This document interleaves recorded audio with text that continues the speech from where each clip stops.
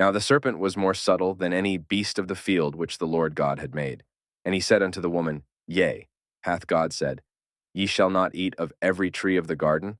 And the woman said unto the serpent, We may eat of the fruit of the trees of the garden.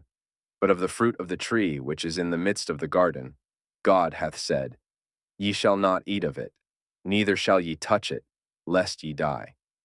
And the serpent said unto the woman, Ye shall not surely die.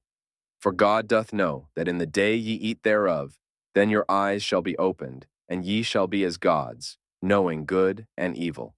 And when the woman saw that the tree was good for food, and that it was pleasant to the eyes, and a tree to be desired to make one wise, she took of the fruit thereof, and did eat, and gave also unto her husband with her, and he did eat. And the eyes of them both were opened, and they knew that they were naked.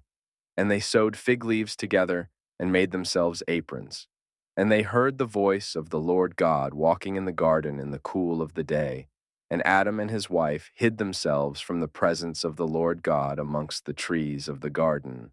And the Lord God called unto Adam, and said unto him, Where art thou? And he said, I heard thy voice in the garden, and I was afraid, because I was naked, and I hid myself. And he said, Who told thee that thou wast naked? Hast thou eaten of the tree whereof I commanded thee that thou shouldest not eat? And the man said, The woman whom thou gavest to be with me, she gave me of the tree, and I did eat. And the Lord God said unto the woman, What is this that thou hast done? And the woman said, The serpent beguiled me, and I did eat. And the Lord God said unto the serpent, Because thou hast done this, thou art cursed above all cattle, and above every beast of the field. Upon thy belly shalt thou go, and dust shalt thou eat all the days of thy life.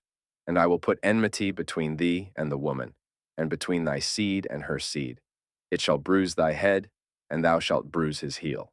Unto the woman he said, I will greatly multiply thy sorrow and thy conception. In sorrow thou shalt bring forth children, and thy desire shall be to thy husband, and he shall rule over thee.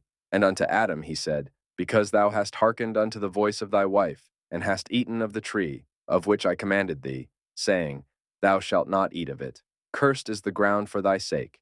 In sorrow shalt thou eat of it all the days of thy life. Thorns also and thistles shall it bring forth to thee, and thou shalt eat the herb of the field. In the sweat of thy face shalt thou eat bread, till thou return unto the ground. For out of it wast thou taken, for dust thou art, and unto dust shalt thou return.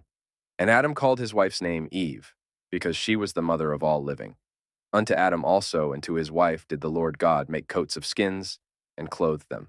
And the Lord God said, Behold, the man is become as one of us, to know good and evil. And now, lest he put forth his hand, and take also of the tree of life, and eat, and live forever. Therefore the Lord God sent him forth from the Garden of Eden, to till the ground from whence he was taken. So he drove out the man, and he placed at the east of the Garden of Eden cherubims, and a flaming sword which turned every way, to keep the way of the tree of life.